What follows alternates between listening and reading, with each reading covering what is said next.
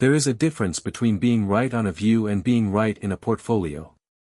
In this campaign, I added one more short position to reinforce a bearish bias.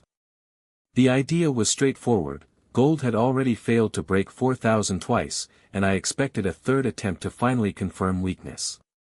But instead of pressing, I closed the full position when the trade had already produced roughly 2 times the total loss accumulated in the campaign.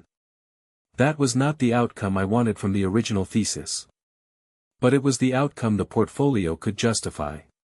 The important thing the market was telling me was simple: it was not giving me the clean breakdown I wanted.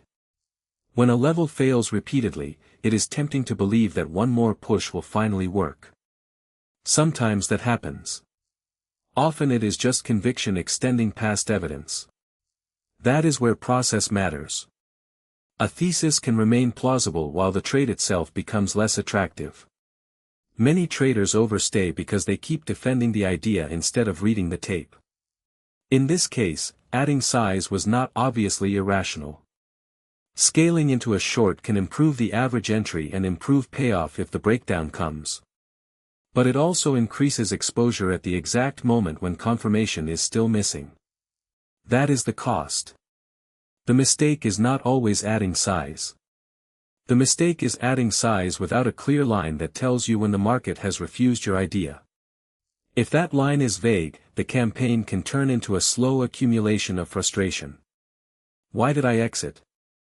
Because the trade had already earned enough relative to the loss, and there was no strong enough reason to keep carrying the risk.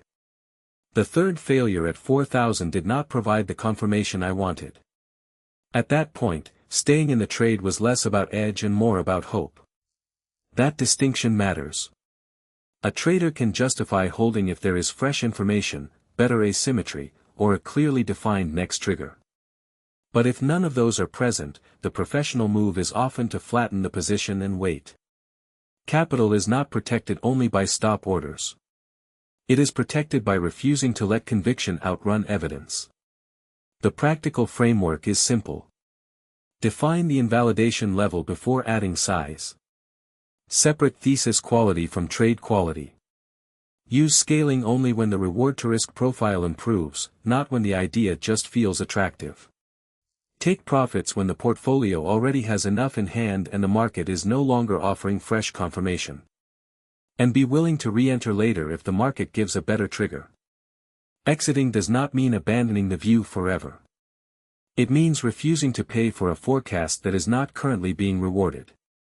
For me, the key number was not the original idea. It was the fact that total profit reached about 2 times total loss, and that was enough to justify stepping aside. If gold later breaks decisively below 4,000, I would still consider a new short. But until that happens, the better trade is to preserve capital, keep flexibility, and wait for a cleaner setup. In trading, survival and flexibility often matter more than being early and emotionally attached.